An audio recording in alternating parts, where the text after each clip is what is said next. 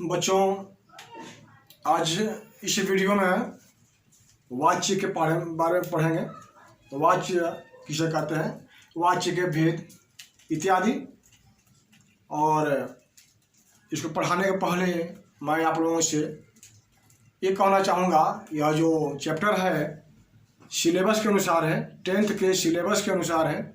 ऐसे तो वाच्य 9th के लिए भी पढ़ना ज़रूरी है, लेकिन 10th में पढ़ना अनिवार्य है, सिलेबस में है यह। इसलिए इसको आप लोग गौर से पढ़ेंगे, सुनेंगे, अभ्यास करेंगे। तो वाच्य क्या है, आसान तरीका से मैं बता रहा हूँ। आप किताब में जो लिखा हुआ है पढ़ेंगे तो हो सकता है कि आप उसको नहीं समझें, लेकिन मैं जो पढ़ा रहा हूँ उसके अनुसार आप लोग सब कुछ समझ सकते हैं। यही बात किताब में भी लिखी गई है।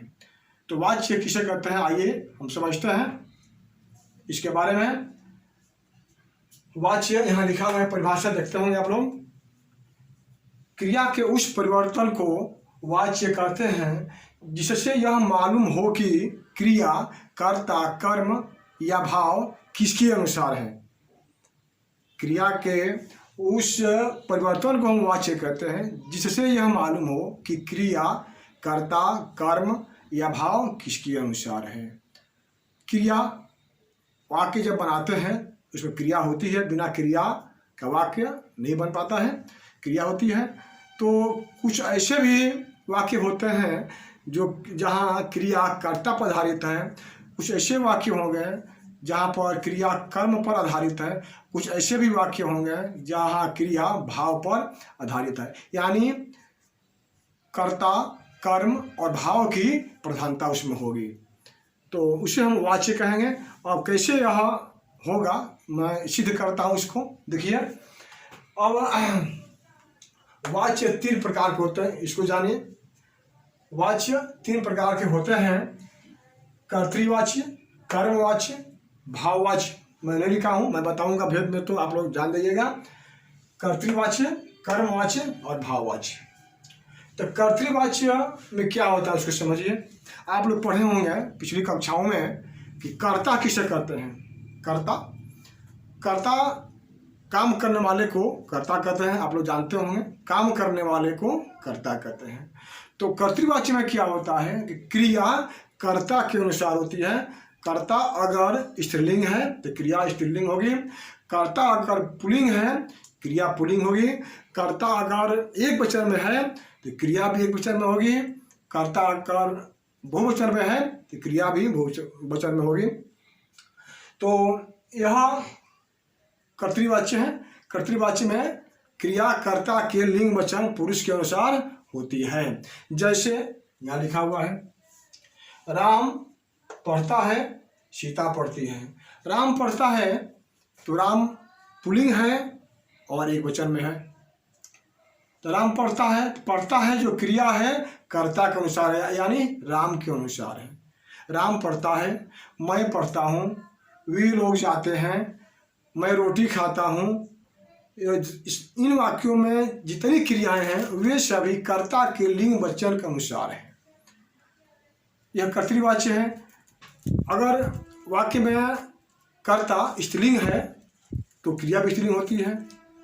लड़कियां पढ़ती हैं, लड़कियां गीत गाती हैं, लड़की जाती है, सीता पढ़ती है। यह कर्ता स्त्रीलिंग है तो क्रिया भी स्त्रीलिंग बनती जा रही है, आप लोग देख रहे हैं। तो इस वाक्य को हम क्या कहेंगे, कर्तृवाच्य। यानी जिस वाक्य में कर्ता की प्रधानता हो, यानी क्रिया कर्ता के अनुसार हो, कर्ता के लिंग वचन पुरुष के अनुसार हो, उसे हम कहते हैं कर्तृवाच्य। अब आगे चलते हैं कर्मवाच्य के बारे में। देखिए, कर्मवाच्य यहाँ लिखा हुआ है। कर्मवाच्य में क्या होता है समझिए। कर्मवाच्य में क्रिया कर्म के अनुसार होती है। कर्म के स्त्रीलिंग, पुल्लिंग और वचन के अनुसार क्रिया होती है। अब कर्म क्या है, आप लोग पढ़े होंगे पिछली कक्षाओं में, आप लोग पढ़े होंगे कर्म किसे कहते हैं, या मैंने एक कारक का वीडियो बनाया है, आप लोग उसमें पढ़ सकते हैं। फिर भी मैं आप लोगों को याद दिला देता हूँ।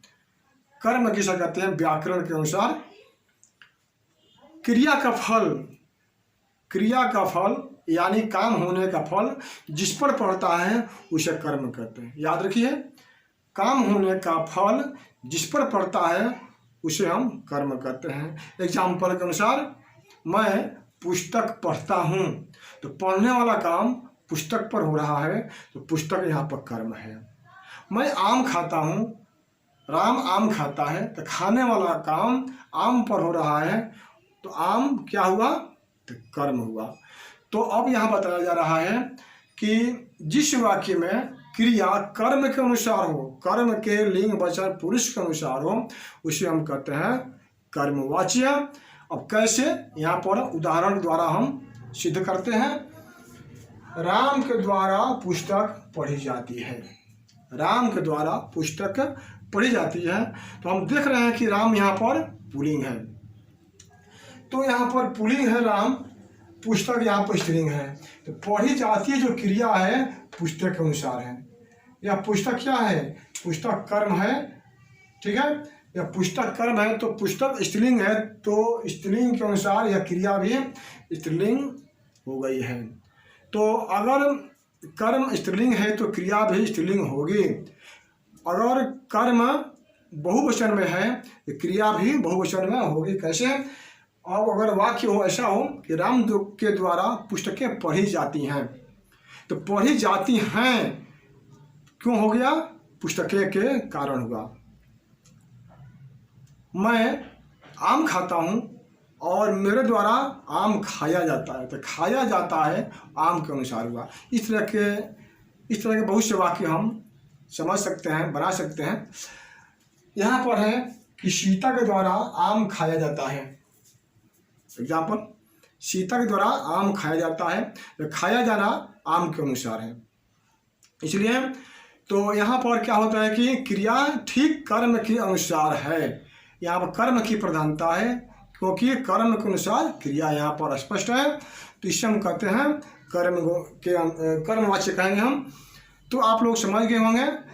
एक बार फिर मैं बता रहा हूँ, कर्तृवाच्य में क्रिया कर्ता के अनुसार होती है, कर्मवाच्य में क्रिया कर्म के अनुसार होती है। आप लोग इंग्लिश में पढ़े होंगे, active voice, passive voice, same उसी तरह का यहाँ पर भी बताया जा रहा है। वही परिभाषा, वही नियम यहाँ पर भी लागू होता है।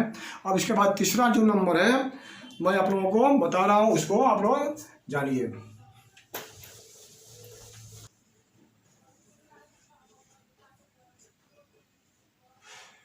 यहाँ देखिए आप लोग भाववाच्य के बारे में।